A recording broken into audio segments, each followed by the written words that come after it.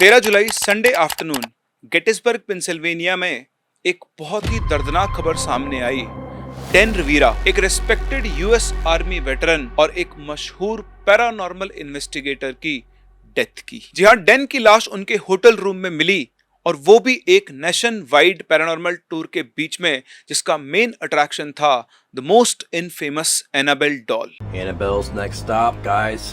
Augusta, Maine. Emergency treatment फटाफट आया, उनको सीपीआर दी गई, लेकिन तब तक उनकी जान जा चुकी थी और उनकी मौत क्यों हुई इसका एग्जैक्ट रीजन अभी भी अननोन है। लोग कह रहे हैं कि डैन की मौत हुई है एनाबेल की वजह से। डैन कोई नॉर्मल इंसान नहीं, बल्कि new England society for psychic research का एक लीड इन्वेस्टिगेटर था।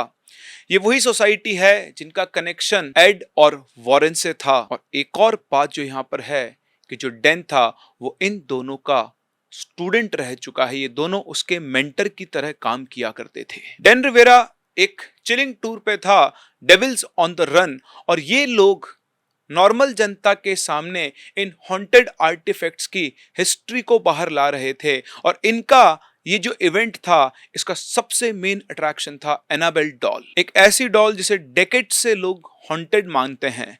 कुछ लोग ऐसे हैं जो सिर्फ इसे एक टॉय मानते हैं, लेकिन कुछ लोग ऐसे भी हैं जो ये मानते हैं कि इसके अंदर कोई ना कोई एक इविल स्पिरिट छुपी हुई है। डैन की मौत हुई है इस टूर के गेटिसबर्ग में, जो 2 दिन का शो था उसके खत्म होने के बाद। पूरा शो सोल्ड आउट था। ऐसे बहुत सारे वीडियोस है जहां पर डैन लोगों को एनाबेल के बारे में बताते हुए दिख रहे हैं, लेकिन शायद डैन को और उन लोगों को भी पता नहीं था कि ये डैन की एनाबेल से आखिरी मुलाकात है। जहां ये इवेंट हुआ उस जगह का नाम था गेटिसबर्ग, जो पहले से ही अपनी पैरानॉर्मल साइटिंग्स के लिए जाना जाता है। और लोगों का ये भी कहना है कि जब आप एक इविल चीज को एक ऐसी जगह पर लाते हो जो कि घोस्टली साइटिंग्स के लिए जानी जाती है, तो वहां पर कुछ भी डार्क हो सकता है। और शायद कुछ ऐसा ही वहां हो गया। तो क्या सच में डैन की मौत का कोई पैरानॉर्मल कनेक्शन है, या फिर ये एक कोइंसिडेंस है, या फिर कुछ ऐसा जो हमें देखकर भी समझ नहीं आ रहा है? आज की वीडियो में हम एक्सप्लोर करेंगे डैन का एनाबेल से कनेक्शन, एनाबेल के पीछे की कहानी और वो चिलिंग पॉसिबिलिटी जो लोग बोलने से भी डर रहे हैं। डैन की डेथ में पुलिस को भी कोई सस्पिशन नहीं मिला है।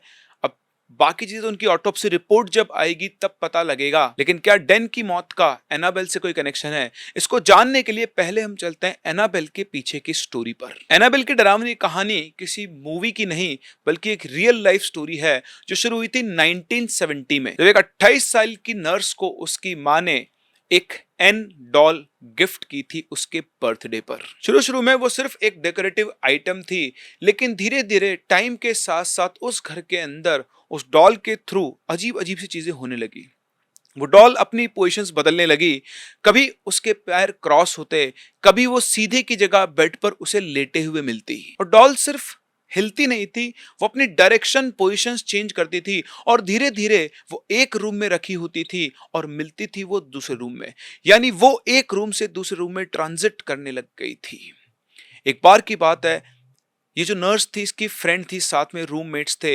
इनको अपने रूम के फ्लोर पर पार्चमेंट पेपर्स मिलते हैं जिनके ऊपर हेल्प मी हेल्प अस लिखा हुआ था, लेकिन इनके पूरे रूम के अंदर उन्होंने कहीं पर भी पार्चमेंट पेपर लाकर नहीं रख रखा था। शुरू में इन्हें लग रहा था कि इनके ही साथ का कोई फ्रेंड इनसे ट्रिक्स खेल रहा है, लेकिन एक दिन इनका ये शक भी दूर हो गया। एक बार इन दोनों का एक मेल फ्रेंड जो इनके यहाँ पर आया हुआ था, वो दिन में नैप ले रहा था। तभी उसकी आंख खुली सेंसेशन से कि कोई उसे देख रहा है। जैसे उसकी आंख खुली, एनाबेल डॉल उसके सामने बैठी हुई थी और बिल्कुल उसकी आंखों के अंदर घूर रही थी। और फिर उसे एकदम से लगा जैसे कोई उसका गला दबा रहा हो। बड़ी मुश्किल से वो छूटा और छूटकर उसने अपने गले और चेस्ट के ऊपर देखा, तो उसकी चेस्ट और गले पर स्क्रैचेस के निशान थे, जैसे किसी ने हाथों से किए हुए हो। जब ये इंसिडेंट हुआ और उसने अपनी फ्रेंड्स को बताया, तो फिर इन लोगों से रहा नहीं गया और फिर इन्होंने एक मीडियम को बुलाया और वहां पर एक सियांस किया। और उस सियांस से यहाँ पर एक स्पिरिट इंट्रोड्यूस हुई जिसका नाम था एनाबेल। एनाबेल एक 7 साल की लड़की थी जो जिसका घर इसी जगह पर था, और उसके बाद उसकी मौत हुई। वो यहीं रहती थी। उसके बाद उस घर को तोड़कर यहाँ पर वो अपार्टमेंट बनाया गया था। उस मीडियम के थ्रू ने यह भी पता लगा कि एनाबेल इन दोनों लड़कियों के साथ कंफर्टेबल थी क्योंकि वो उनसे प्यार चाहती थी, वो उसे केयर से रखती थी। लेकिन उन दोनों के अलावा अगर कोई यहां पर आता है तो एनाबेल उसे बर्दाश्त नहीं कर सकती।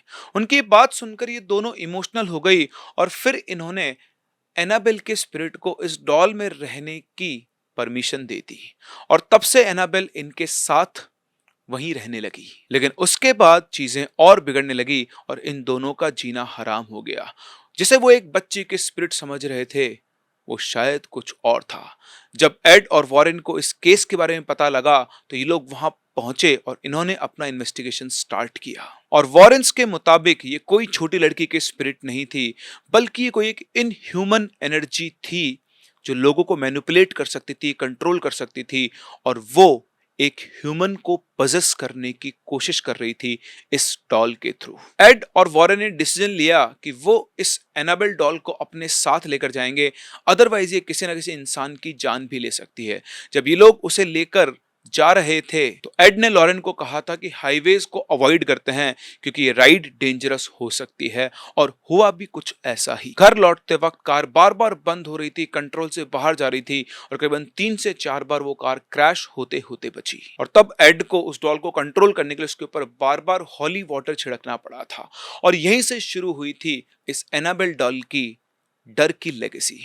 उसे एड और वॉरेन ने एक स्पेशल कास्केट, एक आप बोल सकते हो बॉक्स है मेरे कांच का, जिसके अंदर बंद किया था और उसमें साफ साफ लिखा गया था कि इसे खोलना नहीं है और इसे अपनी जगह से बिल्कुल भी डिस्प्लेस नहीं करना है। और शायद यही गलती कर दी NSEPR ने, यानी national society of psychic medium वालों, रिसर्च वालों ने, कि उन्होंने उस डॉल को अपनी जगह से मूव करवा दिया इस devils on the run tour के लिए। एड और लॉरेन ने सख्त हिदायत दी थी कि इस डॉल को कभी भी यहां से मूव नहीं करवाना चाहिए क्योंकि ये सिर्फ एक हॉन्टेड आइटम नहीं है, ये एक मीडियम है इस दुनिया और किसी और दुनिया के डार्क फोर्सेस के बीच का। शायद एड ने उस डॉल को एक पावरफुल स्पिरिचुअल फोर्स से वहां पर बांध के रखा था और इसीलिए वो वार्निंग दी गई थी, और जब उस डॉल को वहां से मूव करवाया गया उसे उस फोर्स से आजादी मिल गई। और जब ये टूर शुरू हुआ और उस डॉल के सामने लोग आने लगे तो वो कहते हैं ना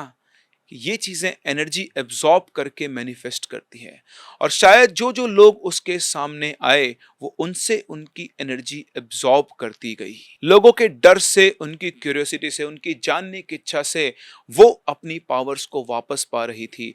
और जब उसे मौका मिला तो डेन, जो पूरे टूर में उसके साथ था, उसका ध्यान रख रहा था, लोगों को उससे इंट्रोड्यूस करवा रहा था, शायद उसने डेन को अपने जाल में फंसा लिया। लेकिन अब इनिशियल स्टेज पर यह कहना कि डेन की मौत सिर्फ एनाबेल की वजह से ही हुई है, ये सही नहीं होगा। लेकिन कई सवाल पीछे छूट गए हैं कि क्या सच में डेन के साथ कुछ पैरानॉर्मल हुआ था या फिर ये एक अनफॉर्चुनेट इवेंट था। एक्चुअल में क्या हुआ ये कोई नहीं कह सकता, और ऑटोप्सी रिपोर्ट आने में कुछ महीनों लग जाएंगे।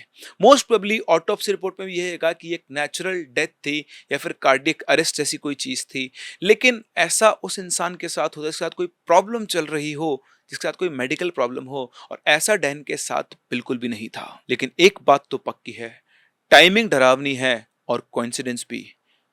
एक ऐसा टूर जिसको डैन ने बहुत ज्यादा प्रमोट किया था अपने सोशल मीडिया हैंडल्स के थ्रू, उसी टूर के एक इवेंट डे के लास्ट डे डैन की मौत होती है। लेकिन सब में अब सबसे इंपॉर्टेंट बात यह है जो मैं हमेशा कहता हूं कि इन चीजों को मजाक में नहीं लेना चाहिए। चाहे आप माने या आप ना माने, लेकिन कुछ कहानियां वार्निंग के साथ आती है, और जब उस वार्निंग को इग्नोर किया जाता है तो उसका हर्जाना बहुत महंगा पड़ सकता है।